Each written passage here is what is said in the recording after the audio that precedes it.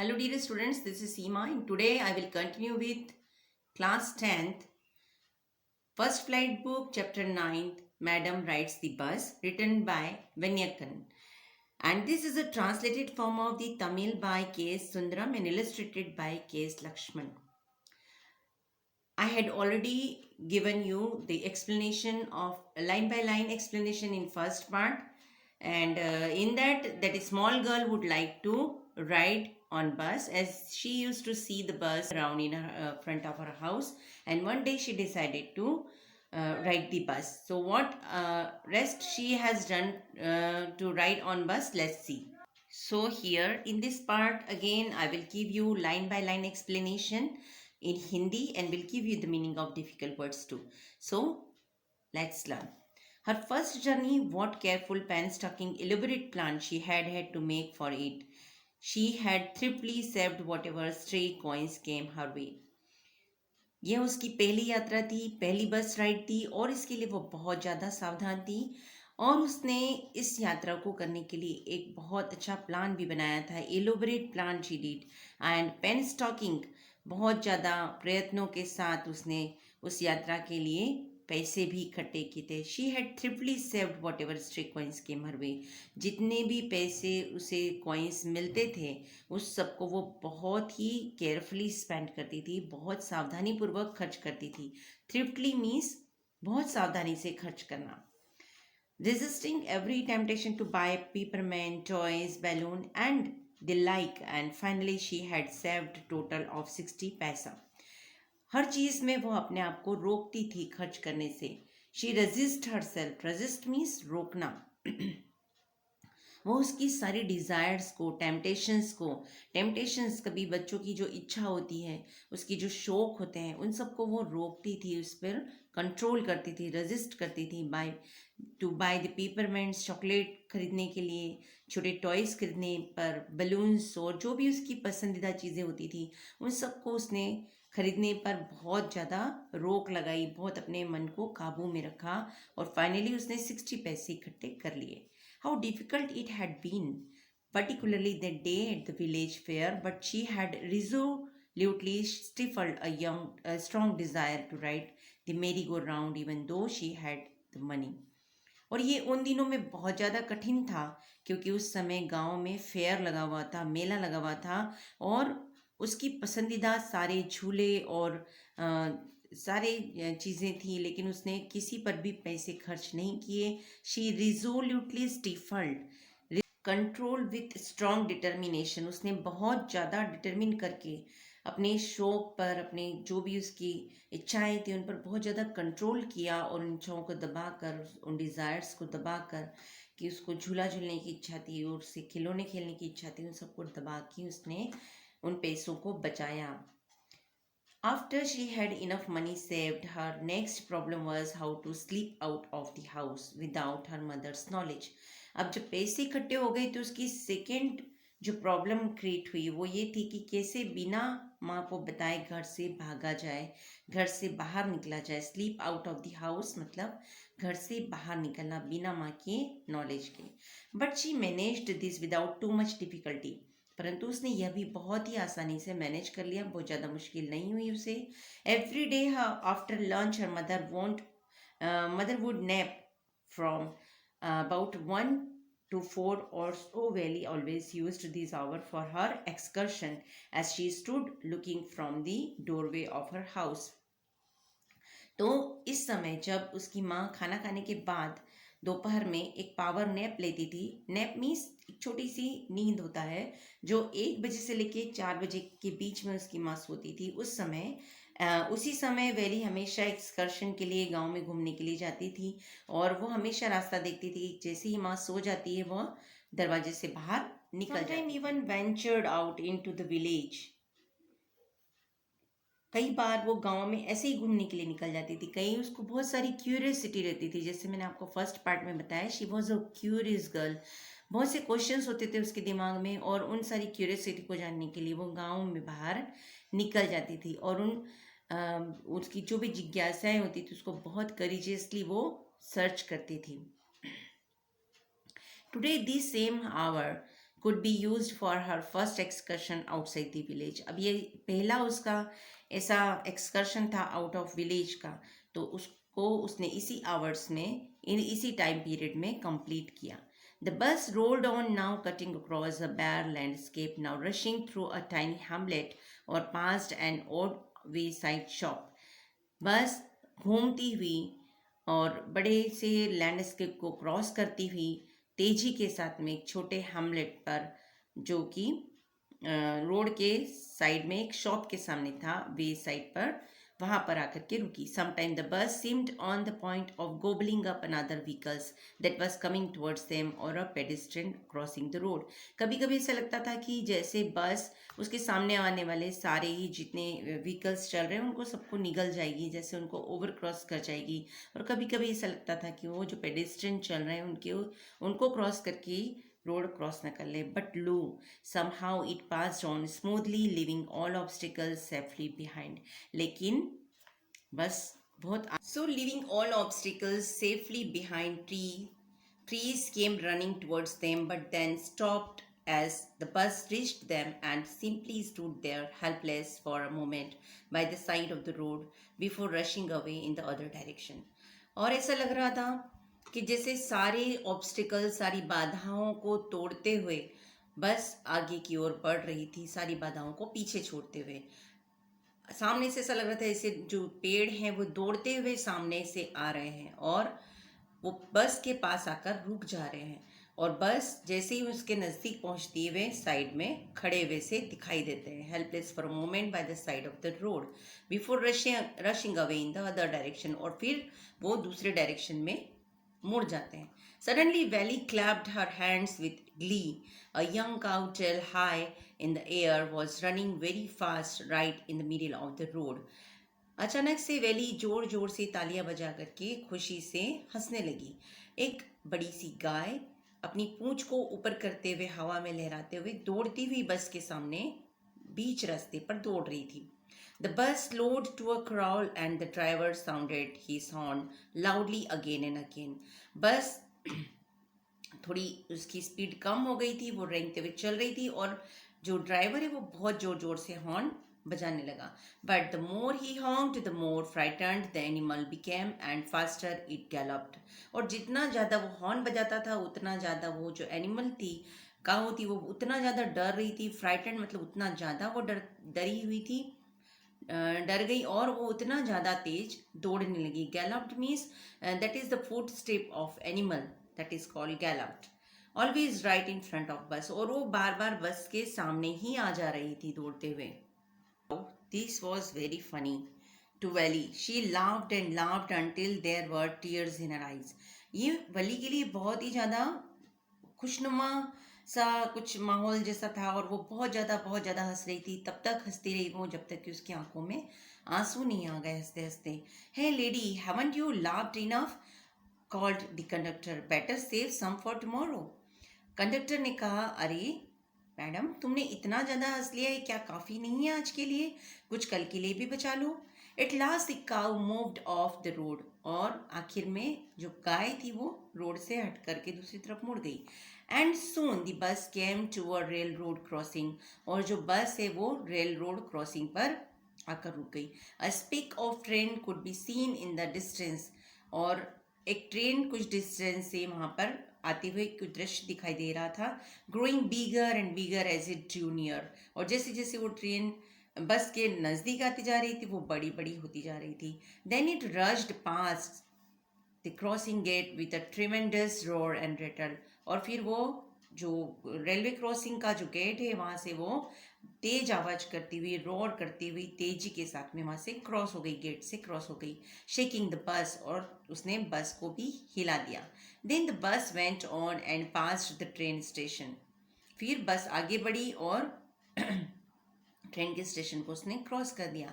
From there it traversed a busy well laid out shopping street and turning entered a wider thoroughfare. Such big bright looking shops, what glittering display of clothes and other merchandise, such big crowds. फिर बस एक ऐसे crowd वाले space पर जहाँ पर बाजार लगा हुआ था, बिजी पब्लिक रोड था, वहाँ पर जा कर के रुक गई। वहाँ पर उसने देखा कि एक फेयर जैसा था, बाजार लगा हुआ था। थ्रो फेयर मीन्स ऐसी जगह, ऐसी वाइडर स्पेस जहाँ पर बहुत सारे लोग इकट्ठा हों, जहाँ पर बाजार जैसा लगा हुआ हो, और वहाँ पर सब चीज़ें जो दुकानें हैं वो ग्लिटरिंग डिस्प्ले किए हुए थे, क्लॉथ्स डिस्प्ले किए हुए थे, और बहुत से मर्चेंडाइज मीन्स गुड्स, सामान को भी सामने डिस्प्ले किया हुआ था बेचने के लिए। और वहाँ बाजार में बहुत ज़्यादा लोगों की भीड़ थी। Struck dumb with wonder, Valli gaped at everything, और वो चुपचाप गूंगी होकर के आश्चर्य के साथ में सारी चीज़ों को बहुत आश्चर्य से देख रही थी, और उसको अपनी आंखों में पूरी तरह से समा रही थी कि क्या क्या चीज़ें वो देख रही है वहाँ पर। Then the bus stopped and everyone got off except Valli. फिर बस वहाँ पर रुक गई, और वैली के अलावा सारे ही जितने पैसेंजर थे वे सब बस से उतर गए। गॉट ऑफ मीन्स बस से उतर गए। Hey lady, said the conductor, aren't you ready to get off? This is as far as your 30 पैसा takes you. कंडक्टर ने उसको आगाह किया कि क्या तुम बस से नहीं उतरोगी? तुम्हारे 30 पैसे का सफ़र यहाँ पर पूरा होता है और तुम यहाँ उतर सकती हो। No, Valli said, I am going back on this same bus. Valli ने कहा, नहीं, मैं इसी बस से वापस जाऊंगी। शी टूक another 30 paisa from her pocket and handed the coin to the conductor. उसने अगले 30 पैसे अपनी जेब से निकाले और कंडक्टर के हाथ में रख दिए। Why is something the matter? Why is something the matter? Like this, conductor asked. क्यों, क्या कुछ बात है? No, nothing's the matter. I just felt like having a bus ride, that's all. उसने कहा, नहीं नहीं, कोई बात नहीं है, मैं केवल बस में सफ़र करना चाहती थी, इसलिए मैं इस बस में चढ़ के आई हूँ। Want to have a look at the sight now that you're here? क्या तुम बाहर के नज़ारे नहीं देखना चाहोगी जब तुम यहाँ तक आ चुकी हो तो? All by myself. Oh, I had be much too afraid. क्या, अपने आप से? नहीं नहीं, मुझे डर लगता है। Greatly amused by the girl's way of speaking, the conductor said, but you weren't afraid to come in the bus. Conductor को बहुत आश्चर्य हुआ, उसको हंसी भी आई, और उसने कहा कि तुम्हें बस में आने में तो डर नहीं लगा? Nothing to be afraid of about that, she answered. बस में आने में कोई डर की बात नहीं है। Well then, why not go to that stall over there and have something to drink? Nothing to be afraid of about that either. तो कंडक्टर ने कहा, हाँ क्यों नहीं, तुम वहाँ स्टॉल पर जाकर कुछ खाती हो या पीती हो, इसमें भी डरने की कोई बात नहीं है। Oh no, I couldn't do that. Valli ने कहा, नहीं नहीं, मैं ऐसा नहीं कर सकती। Well then let me bring you a cold drink. फिर कंडक्टर ने कहा, चलो ठीक है, मैं लेकर आता हूँ आपके लिए। Now what Valli said? Valli said, no, I don't have enough money, just give me my ticket, that's all. Valli ने कहा, नहीं नहीं, मेरे पास इतने पैसे नहीं हैं, मुझे सिर्फ आप टिकट दे दो। It will be my treat and not cost you anything. Conductor ने कहा, ये मेरी साइड से आपके लिए ट्रीट है और मैं इसके लिए आपको कोई भी कॉस्ट नहीं लगाऊंगा। No no, she said formally, please no. नहीं नहीं नहीं, मुझे नहीं चाहिए। The conductor shrugged and they waited until it was time for the bus to begin and return journey. Again, there weren't many passengers. Conductor रुक गया और फिर वो वेट करने लगे कि जब तक सारे पैसेंजर्स वापस बस के अंदर नहीं चढ़ गए। Won't your mother be looking for you? The conductor asked when he gave the girl her ticket. Conductor ने उस लड़की को उसका टिकट दिया और पूछा कि क्या तुम्हारी मम्मी तुम्हारा रास्ता नहीं देख रही होगी, तुम्हें ढूंढ नहीं रही होगी? No, no one will be looking for me. नहीं नहीं, वो मुझे नहीं ढूंढ रही होगी। The bus started and again there were the same wonderful sight. बस फिर से शुरू हो गई और वैसे ही सुंदर नज़ारे फिर से बस के सामने आने लगे। Welly wasn't bored in slightest and treated everything with the same excitement she had felt the first time. Valley अब बोर नहीं हो रही थी क्योंकि सेम नज़ारे उसके सामने दिखाई दे रहे थे, लेकिन फिर भी वो बोर नहीं हो रही थी और उसी एक्साइटमेंट के साथ उन सारे नज़ारों को देख रही थी जैसे कि उसने पहली बार देखा था। But suddenly she saw a young cow lying dead by the road side just where it had been struck by some fast moving vehicle. लेकिन अचानक उसने देखा कि वो यंग काउ जो कि उसके बस के सामने से अभी दौड़ती हुई निकली थी, वह वहाँ रोड पर डेड पड़ी हुई है। Isn't that the same cow that ran in front of the bus on our trip to town? She answer conductor, उसने कंडक्टर को पूछा, क्या ये वही काऊ नहीं है जो कि आते समय हमारे शहर आते समय हमारी बस के सामने से दौड़ते हुए आई थी? The conductor nodded and she was overcome with sadness, conductor ने नहीं में मुंह हिला दिया और उसने अपने दुख पर काबू करते हुए चुपचाप बैठ गई. What had been a lovable, beautiful creature just a little while ago had now suddenly lost its charm and its life and looked so horrible, so frightening as it lay there, legs spread eagled, a fixed stare in its lifeless eye, blood all over. क्या हुआ? इतना सुंदर प्राणी, इतना lovable प्राणी ऐसे ज़मीन पर इस तरह से पड़ा हुआ है. सडनली क्यों उसने अपना चार्म खो दिया, क्यों उसने अपनी लाइफ को खो दिया, और इतना हॉरेबल, इतना डरावना, इतना फ्राइटनिंग सीन जो उसने पहली बार देखा. उसके पैर फैले पड़े थे और उसकी आंखें बाहर निकल आई थी जो कि लाइफलेस थी और चारों तरफ खून ही खून पड़ा था. बस moved on. The memory of the dead cow haunted her, damping her enthusiasm. She no longer wanted to look out the window. उसने जो उस गाय की डेड बॉडी को देखने के बाद वो बहुत ज़्यादा डर गई थी. उसमें वो जो सीन था उसके सामने बार बार उसके दिमाग में घूम रहा था, उसको हॉन्टेड कर रहा था, डरा रहा था. It was impossible for her to forget that scene and that is why it dampened her enthusiasm of looking outside, and she sat quietly on her seat. She sat that glued to her seat until they reached her village at 3:40. She stood up. वह अपनी seat पर एक glue की तरह चिपक कर बैठ गई जब तक कि वो अपने गांव नहीं पहुंच गई. She stood up, stretched herself. फिर वो उठी और अपने आप को उसने स्ट्रेच किया. Then she turn to the conductor and said, well sir, I hope to see you again. Conductor की तरफ उसने अपना मुंह किया और कहा कि चलिए सर, हम फिर मिलेंगे. Okay madam, he answered her smiling. और कंडक्टर ने हंसते हुए उसे स्माइल करके आंसर दिया, ओके मैडम.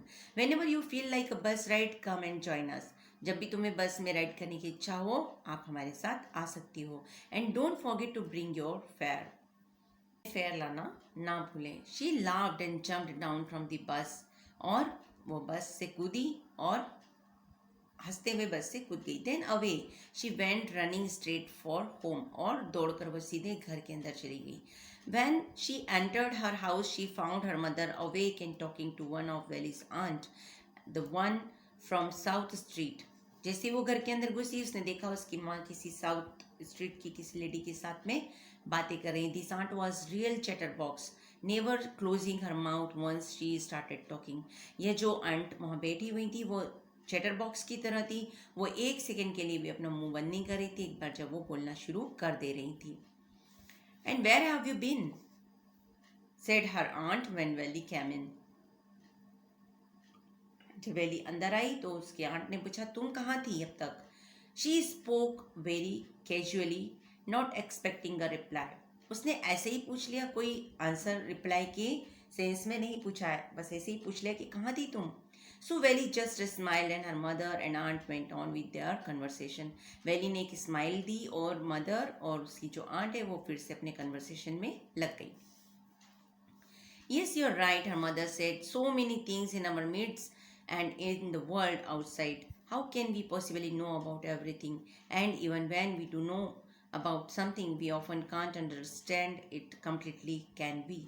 और उसकी माँ और वो आंट ऐसी ही बात कर रही थी कि जब तक हम बाहर निकल कर के दुनिया को नहीं देखते, हमें कैसे पता चलेगा कि वहाँ पर क्या चल रहा है और हमें दुनिया में क्या हो रहा है इसके बारे में पूरी तरह से कुछ भी मालूम नहीं हो सकता. क्या हो सकता है?